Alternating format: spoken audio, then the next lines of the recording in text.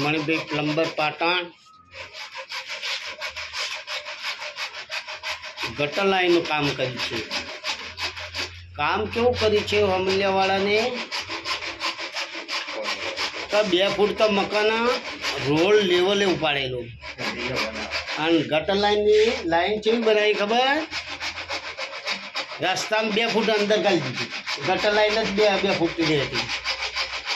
એના કારણે હું ગટર લાઈનનું કામ જોવા આવ્યો હતો જોડણ કરવા. એ વ્યક્તિને એવું કીધું મેં કે ભાઈ આ ગટર લાઈન ચાલશે નહીં, કે પાણી જશે નહીં અને અમે કરશું ને આવું કામ તો અમારા કોઈ માથે રહેશે નહીં. એ વ્યક્તિને આવી બધી ટાઈસોમાં દીધું. જુઓ આ ટાઈસો બધી રમણ ભમણ તોડી નાખી. જો અંદર બાથરૂમમાં જુઓ સર, આવા ખર્ચા ટપ સુધી તોડી નાખ્યું. આ તપેલો લગાવી દો, દેખાય સર? આમ કરવા દેજો. હા દેખાય? આ મણિભાઈ પોતે જ બેઠા છો. હા જોતા જોતા તમે રહો ગરાળ, કે તમને શું ખબર પડે કે આ લોકો કઈ રીતનું કામ કરે છે. જો આ એ ટાઈસો તોડી નાખી. આ ચોકડીનો પોઈન્ટ બનાવ્યો. હવા હવા ગરાકના ઘેર નુકસાન થાય. આ કુંડી પણ બનાવી. જુઓ આ કૂવામાં જાય ભૂંગળું અને આ મેન પાઇપ છે ને ગટર લાઈનમાં જાય.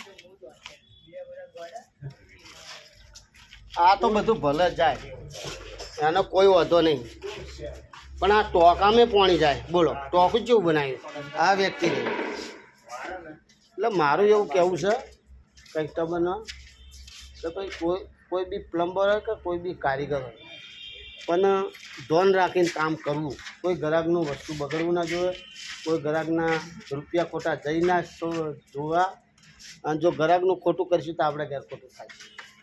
હું તો એવું કહેવા માગું. પછી તમને જે ગમે, પણ મણિભાઈ ખોટું કામ કરશે નહીં. જોતા રહેજો.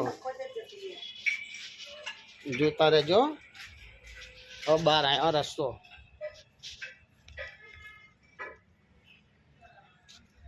આ કુંડી બનાવી, જોઈ લો. આ કુંડીનું કનેક્શન આપી દીધું ગોદી. આવું બધું મણિભાઈ કામ કરે છે. જો મણિભાઈનો વિડીયો સારો લાગે તો સબસ્ક્રાઈબ કરજો, શેર કરજો અને લાઈક બી કરજો. અને લાઈક બી નહીં કરો તો હું તો કહેલો થઈ ગયો હતો, પણ સબસ્ક્રાઈબ તો કરજો જ.